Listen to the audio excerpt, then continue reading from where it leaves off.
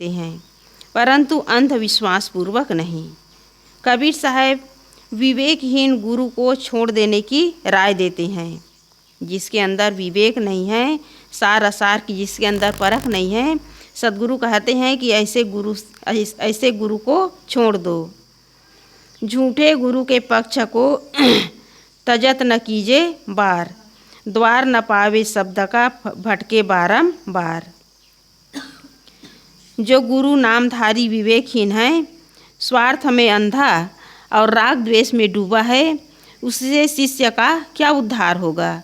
मान लो वह सदाचारी तथा ईमानदार है, परंतु उसे जड़ और चेतन क्या है, दोनों के गुणधर्म स्वभाव आदि क्या है, मैं कौन हूँ, जगत क्या है, मेरा स्वरूप क्या है, मेरी स्थिति क्या है, इन सब बातों की कोई जानकारी नहीं है। वह अंध परंपरा से हटकर स्वतंत्र सोचना भी नहीं चाहता है, तो ऐसे गुरु से शिष्य का कल्याण कैसे होगा। शीतल,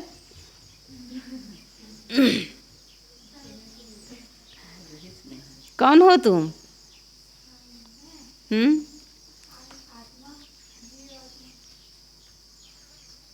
मैं कौन हूँ, इसका उत्तर क्या है? मैं शुद्ध चेतन आत्मा हूँ।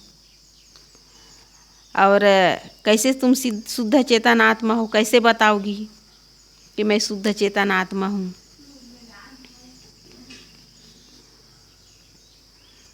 क्योंकि मैं हूँ तो मैं देख रही हूँ, बोल रही हूँ, खा रही हूँ, पी रही हूँ, जीवन की सारी क्रियाएं कर रही हूँ।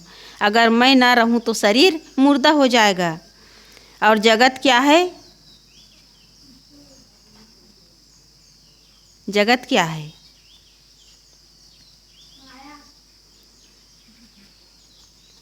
जगत क्या है? मान्यता मात्र है। हम माने हुए हैं कि जगत है।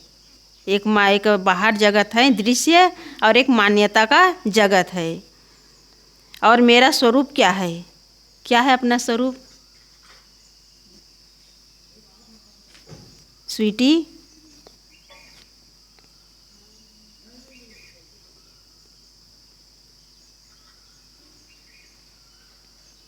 गीतू, मेरा स्वरूप जो है शांत है, स्वरूप शुद्ध है और सुख स्वरूप है। उसमें कोई सुख दुख, कोई हानि लाभ उसमें कुछ भी नहीं है। मेरा स्वरूप जड़ दृश्यों से पृथक शांत स्वरूप है। और मेरी स्थिति क्या है? अपनी स्थिति क्या है? आत्म स्थिति। इन सब बातों की कोई जानकारी नहीं है। वह अंध परंपरा से हटकर जो स्वतंत्र सोचना नहीं चाहता, तो ऐसे गुरु से शिष्य का कल्याण कैसे होगा। जिसे जड़ चेतन का अपने स्वरूप का बोध नहीं है, अपनी स्थिति का बोध नहीं है, वह शिष्य का कल्याण नहीं कर सकता। शिष्य प्रथम अबोध में रहता ही है, तभी तो वह बोध पाने के लिए किसकी शरण में जाता है? गुरु की शरण में जाता है। अब यदि गुरु भी अबोधी है, तो वह शिष्य का कल्याण कैसे करेगा। जैसे दो अंधे एक दूसरे को ठेलते हुए दोनों कुएं में गिर पड़े, वैसे विवेकहीन गुरु और चेले दोनों एक दूसरे से अविवेक की बातें करते करते अज्ञान तथा कल्पना के कुएं में पड़े रहते हैं। शिष्य को सही रास्ता वही गुरु बता सकता है जो सत्य स्वरूप का बोधवान, पवित्र रहने से संपन्न तथा निष्पक्ष विचारक है। परंतु जो स्वयं विवेकहीन है, वह दूसरे को क्या रास्ता बताएगा। इस साखी में सदगुरु कबीर साहब जी किसकी महिमा बताए हैं? गुरु की महिमा बताएं कि गुरु ही सर्वोपरि है। सही गुरु ही सही रास्ता बता सकता है। और जो गुरु विवेकहीन है, स्वयं भटके हुए हैं, वो शिष्य को सही सन्मार्ग नहीं बता सकता। ऐसे गुरु के पास जाने से शिष्य का उद्धार होने वाला नहीं है। लोगों केरी अथाइया मति कोई पैठो धाय, एक एक खेत चरत है बाग गधेरा गाय। जहाँ निर्णय नहीं है, ऐसी भीड़ में किसी सत्य इच्छुक जिज्ञासु को दौड़कर नहीं घुसना चाहिए।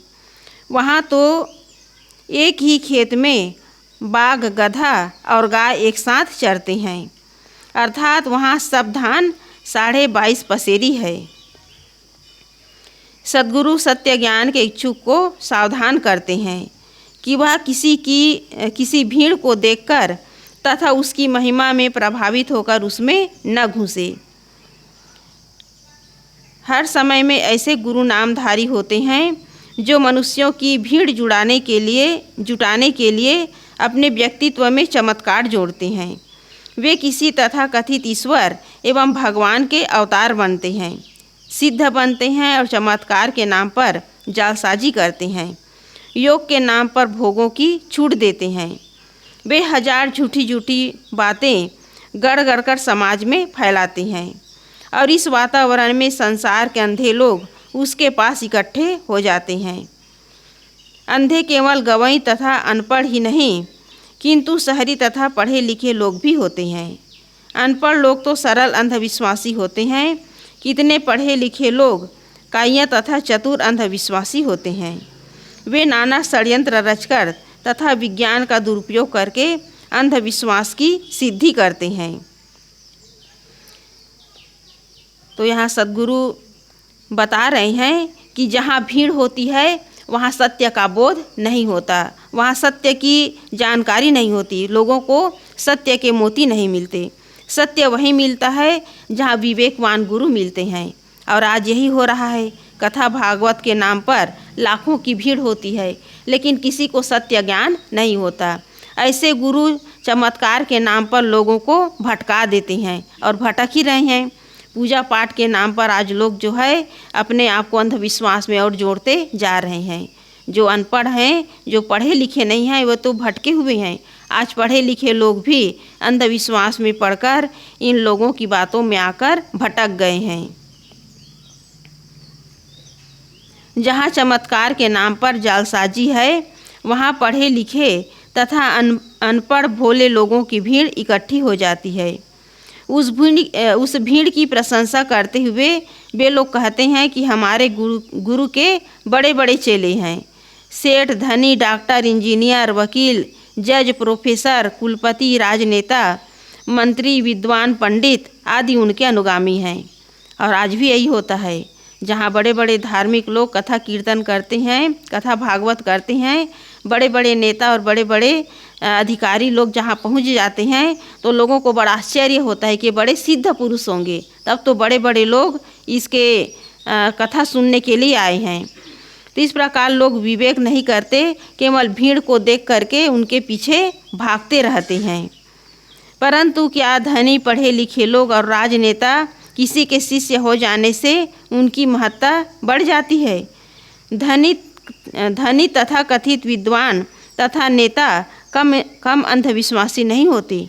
अतएव किसी गुरु नामधारी के पास मनुष्यों की बड़ी भीड़ देखकर उसमें मोहित न होना चाहिए, किंतु अपने विवेक की आंखें खोलकर सत्य और असत्य को समझने की चेष्टा करनी चाहिए।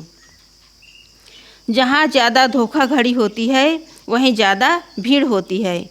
जहाँ सत्य का सौदा होता है वहाँ प्रायः थोड़े लोग होते हैं। इसलिए साधक को क्वांटिटी नहीं बल्कि क्या देखना चाहिए? क्वालिटी देखना चाहिए। लेकिन लोगों का ध्येय क्या है? संख्या देखना। भीड़ को देखने के लिए जाते हैं। किसी ने बता दिया कि वहाँ लाखों की भीड़ है तो लोग भीड़ को देखने के लिए जाते हैं। वहाँ क्या बातें बताई जा रही है इससे कोई मतलब नहीं है। किसी ने बता दिया कि अमुक कथाकार की गद्दी सजी है, चारों तरफ एसी लगे हुए हैं, बस उसी को देखने के लिए जाते हैं कि वहाँ की व्यवस्था कैसी है। लेकिन लोग जो है, जो सत्य है उसे समझने का प्रयास नहीं करते। ये केवल दिखावा है। बाहर भीड़ इकट्ठा करना और कथा कीर्तन वालों के लिए बढ़िया उसके लिए फैसिलिटी देना, गद्दी सजाना, एसी की व्यवस्था करना, ये केवल दिखावा है। और इसी दिखावा में लोग अपने धन का दुरुपयोग करते हैं। वो धन का सदुपयोग नहीं है। उसकी जगह पर किसी गरीब की सहायता करोगे, किसी रोगी की सहायता करोगे तो धन सार्थक होगा। लेकिन आज लोग जो है दिखावे में पड़े हुए हैं। कथा कीर्तन वाले अपना सौदा तो कर लेते हैं 10 लाख 20 लाख का, उसके अतिरिक्त लोग जो हैं और उसे देते हैं, सोना चांदी और अनेक प्रकार के उसे और सामान देते हैं। तो ये सारी जो चीज़ें हैं ये केवल दिखावा के लिए है। जहाँ सत्य का सौदा होता है वहाँ प्रायः थोड़े लोग होते हैं। इसलिए साधक को क्वांटिटी नहीं किंतु क्वालिटी देखना चाहिए, अर्थात संख्या नहीं गुण देखना चाहिए। प्रायः लोगों को भीड़ का मोह होता है। लोग समझते हैं कि जहाँ बड़ी भीड़ होती है वहाँ सत्य होगा। यह उनको पता नहीं कि बड़ी भीड़ सदैव प्रायः चमत्कार का झांसा देकर इकट्ठी की जाती है। कितने ऐसे कथाकार होते हैं, लोगों को यही कहते हैं कि आज तुम एक आए हो तो कल 10 को लेकर के आना, 10 आए हो तो 20 को लेकर के आना, एक गाड़ी चार पहिया गाड़ी में आए हो तो बड़ी बस लेकर के आना। तो इस तरह लोग जो है उनकी बातों में आकर के अपनी भीड़ इकट्ठी करते हैं ताकि उनकी प्रशंसा हो, प्रशंसा के लिए, बड़ाई के लिए भीड़ इकट्ठी करते हैं। और कितने ऐसे लोग हैं पैसा दे दे करके भीड़ इकट्ठी करते हैं, अपने से गाड़ी भिजवाते हैं, बस की व्यवस्था करते हैं, किसके लिए? केवल भीड़ इकट्ठी करने के लिए कि हमारी महिमा बढ़े, लोग हमें पूज्य माने, हमारा सम्मान हो, हमारी प्रसिद्धि हो। तो ये सारी जो बातें हैं, भीड़ इकट्ठा करना, लोगों को अपने फेवर में लाना, ये केवल दिखावा है। यह उसको पता नहीं कि भीड़ सदैव प्रायः चमत्कार का झांसा देकर इकट्ठी की जाती है। पुत्र, धन, निरोग्यता, विजय, प्रतिष्ठा, पद तथा कथित रिद्धि सिद्धि पाने के लिए लोग जो है अधिक लालायित रहते हैं। और इन सब सकामियों को धूर्त लोग झूठे चमत्कार का झांसा देकर फंसा लेते हैं। ऐसे लोग सदैव थोड़े होते हैं जिन्हें सत्य ज्ञान की इच्छा है, जो रहस्य की गुत्थी सुलझाना चाहते हैं, जिन्हें जीवन में सद्गुण, सदाचार, स्वरूप ज्ञान एवं स्वरूप स्थिति प्रिय है। अतएव सद्गुरु कहते हैं कि हे सत्य के इच्छुक, तुम भीड़ के मोह में न पड़ना, भीड़ में न घुसना। यदि तुम सत्य का बोध चाहते हो तो विवेकवान गुरु की खोज करना। धंधेबाज गुरुओं की एक मुख्य पहचान यह भी होती है कि उनके यहाँ बाघ, गधा और गाय एक साथ एक ही खेत में चरते हैं, अर्थात वहाँ पर सदाचार, दुराचार, भोग योग, जड़ चेतन, खाद्य, कर्तव्य किसी का विवेक नहीं होता। ऐसे समाज में सब समय सब लोग मुक्त ही होते हैं, चाहे वे जैसा भी व्यवहार करते हों। ऐसे सस्ते नुस्खे में भीड़ इकट्ठी होती ही है। सद्गुरु कहते हैं ऐसे भीड़ से सदैव बचो। पढ़ा लिखा समाज, धनी समाज तथा कथित उच्च वर्ग और उच्च वर्ग का समाज, सत्य इच्छुक को इन सब का मोह नहीं होना चाहिए। जिसे सत्य का मोती चाहिए वह सारे मोह को छोड़कर केवल सत्य का खोजी हो। सत्य निर्णय चाहे बड़े समाज से जुड़कर मिले या छोटे समाज से जुड़कर मिले, तथा कथित उच्च वर्ग से जुड़कर या निम्न कहे जाने वाले समाज से जुड़कर, विद्वान कहे जाने वाले समाज से जुड़कर या अपढ़ कहे जाने वाले समाज से जुड़कर मिले, वही उपासनी है, वही सेवनी है। वह अंजन किस काम का जिससे आँखें फूट जाए। वह समाज और भीड़ किस काम की जिसमें सत्य ज्ञान न मिलकर केवल भटकाव मिलता है। काम आता है कुआं का पानी, समुद्र लेकर क्या करोगे? समुद्र का पानी कभी काम नहीं आता। क्यों नहीं आता? क्योंकि उसका पानी खारा होता है। उसी प्रकार भीड़ को लेकर क्या करोगे जब उसमें सत्य का मोती न मिले। इसलिए यहाँ सद्गुरु कबीर साहब जी लोगों को सावधान करते हैं कि महिमा में पढ़कर भेड़िया धसान मत बनो। उस पर विवेक करो कि जहाँ भीड़ इकट्ठी हो रही है वहाँ कौन सी बातें बताई जा रही है। यदि वहाँ चमत्कार और जालसाजी पूर्ण बातें बताई जा रही है तो उसमें फंसने के बजाय उस पर विवेक और विचार करो। तो इस प्रकार आज रिद्धि सिद्धि के नाम पर, महिमा के नाम पर लोग जो है बड़ी भीड़ इकट्ठी करते हैं और वहाँ भीड़ को देख करके लोग जो है यही समझते हैं कि ये बड़े सिद्ध हैं, बड़े योगी हैं, बड़े पहुँचे हुए सिद्ध महात्मा हैं। लेकिन वहाँ लोगों को कुछ मिलता नहीं है, बल्कि वहाँ केवल भटकाव ही भटकाव है। इसलिए पढ़े लिखे और शिक्षित होने का मतलब यही है कि हम विवेक करें कि कहाँ हमें सत्य मिलेगा और कहाँ हम उलझ रहे हैं। जब तक इसका हम विवेक और विचार नहीं करेंगे हमारा पढ़ना लिखना भी बेकार है। तो जहाँ भीड़ होती है वहाँ लोग जो है चमत्कारपूर्ण बातें बताते हैं और लोग जो है चमत्कार के पीछे दौड़ रहे हैं। इस प्रकार चमत्कार के पीछे लगने से किसी का कल्याण होने वाला नहीं है।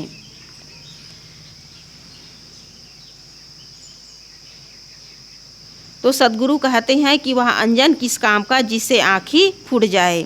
तो उस गुरु के पास जाने से क्या मतलब, जिससे हमें सही रास्ता न मिले, जिससे हमारा कल्याण न हो। तो इस प्रकार लोग जो है भीड़ को देख करके केवल भेड़िया दसान बने हुए हैं। काम वही आएगा जहाँ में सत्य ज्ञान मिलेगा, जहाँ में सत्य का रास्ता मिलेगा, जहाँ सार असार का विवेक होगा, वही लोगों का कल्याण है। इसलिए भीड़ को देख करके लोग जो हैं भेड़िया दसान बने हुए हैं, उसमें उसका कभी कल्याण होने वाला नहीं है। वहाँ केवल समय और शक्ति की बर्बादी है और धन का दुरुपयोग है। इस प्रकार लोग जो है महिमा के नाम पर केवल भीड़ को देख करके अपने समय और शक्ति को बर्बाद कर रहे हैं। जो सत्य और असत्य का विवेकी होगा, वही सही रास्ते को पा करके अपना कल्याण कर लेगा। बोलिए सद्गुरुदेव की जय।